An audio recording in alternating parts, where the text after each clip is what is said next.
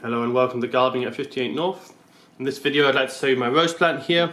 I've had it since last spring and it's done quite well over the summer. I had lots of blooms, and I'll show you a little video clip now, a little picture of what it looked like in July last year. You'll see there's quite a lot of flowers. That was just before I did headed it, so some of the flowers are going a bit brown already, but it'll give you a good idea of how good the display was for such a small plant anyway.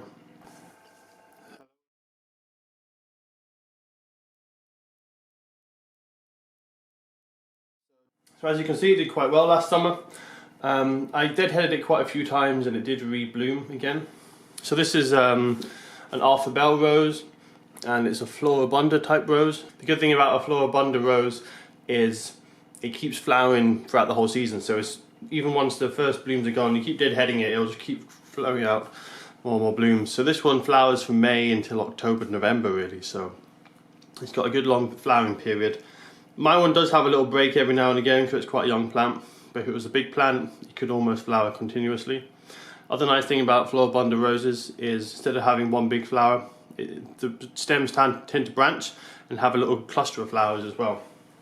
And they flower over a period of a few weeks, so that also prolongs the display. So this is how it is now. I say it didn't do too badly, but at the very last stages of last summer, it did get some red spider mite, so it did suffer a little bit. And also I've noticed it's got a lot of black spot on the stems here. So I'll get a close-up of that so you know what that looks like. You can see there's lots of dark blotches on the stem, and that's black spot, and that's a fungal disease which will be damaging the plant. It won't kill it. You can still see there's a lot of healthy new shoots coming on these stems despite having black spot. But it'll mean when the new leaves come out, they'll have black spot as well and they'll be damaged. So what I need to do is cut this back ready for winter. Normally I would probably wait until February time, but I'm going to do it now in January because it's been so warm. As you can see, it's already starting to put growth on because it's been ridiculously warm this summer. So I'm just going to get my secateurs. I'm going to cut it a bit harder than I would normally, and the reason for that is because we've had with having a lot of black spot on it, I need to cut that out of the plant.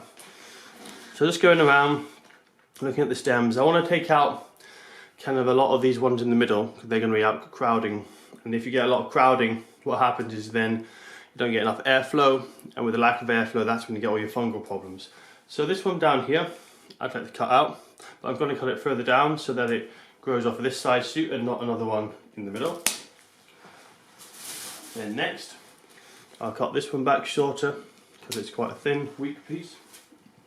This one as well I'm going to cut, but I'm just going to cut it to this bud because you can see an outward facing bud at this point, and that will mean it should grow out and not into the centre of the shrub.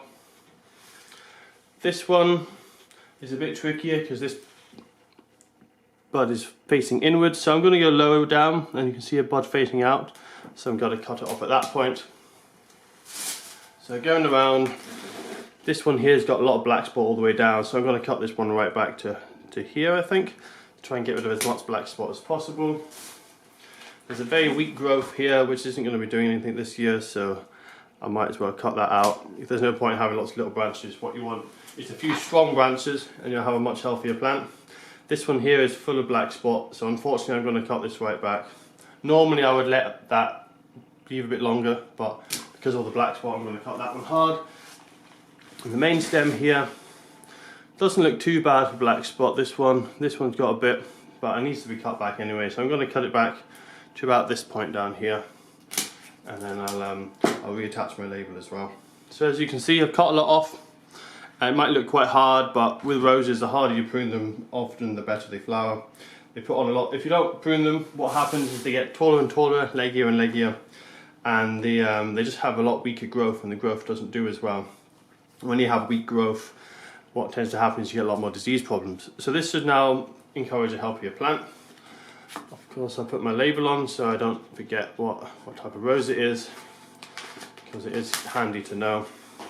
And what I'll also do in this video is I'll take up any of these old leaves because they could have red spider mites hiding in them, or they could even have some black spot spores as well. It's quite likely to have black spot. So if the black spot does come back next spring, I may have to spray it with fungicide. I did avoid spraying it with anything this year, which is maybe why it's got black spot. But generally the Arthur Bell Rose, this is a very tough variety. It doesn't normally suffer from many fungal diseases. which is another reason why it's one of my favourite roses. So I'll list the reasons now why it's my favourite rose. Of course, the blooms, they're lovely yellow, they're really creamy yellow colour, quite dark, but then they go much lighter. The sun seems to bleach them quite a lot, so they start off a nice deep yellow, then they go to a creamy colour. But the main thing about this is its fragrance. It's probably the most fragrant Floribunda rose that you can find. It smells really good. A lot of the Floribundas don't smell as strong as the hybrid teas and a lot of the traditional roses, but this one has a really good fragrance. And then of course, because it's Floribunda, it's flowering nearly all summer, so it's got the good characteristics of having the scent of some of the older roses like the hybrid teas, but at the same time it has a long flowering period. So this is why I think this is my favourite rose variety, this Arthur Bell. It's just a small shrub rose. It only grows about 3 or 4 foot tall, but there is also a climbing variety that you can get of this, which grows maybe about 2 meters or so. But this is just a small one, and you can see it's in a not the biggest of pots, but it's big enough for it for now. So I'll start feeding it again in spring. Roses are quite hungry. Could do with probably some manure or something, but I don't have any manure, so I'll just be using a liquid feed, maybe a bit of blood, fish and bone, just tossed on. I'll probably just put on the top as a surface feed, and that'll get washed down when I water it. So that's all for now of my rose. I'll give you an update in spring. I tend to find that the roses do start growing really early. As you saw before, it already had growth coming on it, which is exceptionally early. I mean, roses are generally quite early when they start growing in spring, but you can see that growth there. I can get it in focus.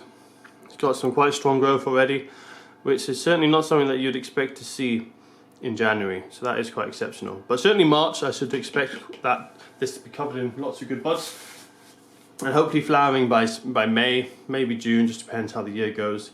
But I'll give you guys an update when it's flowering again. And that's it for now for my my Arthur Bell Floribunda Rose.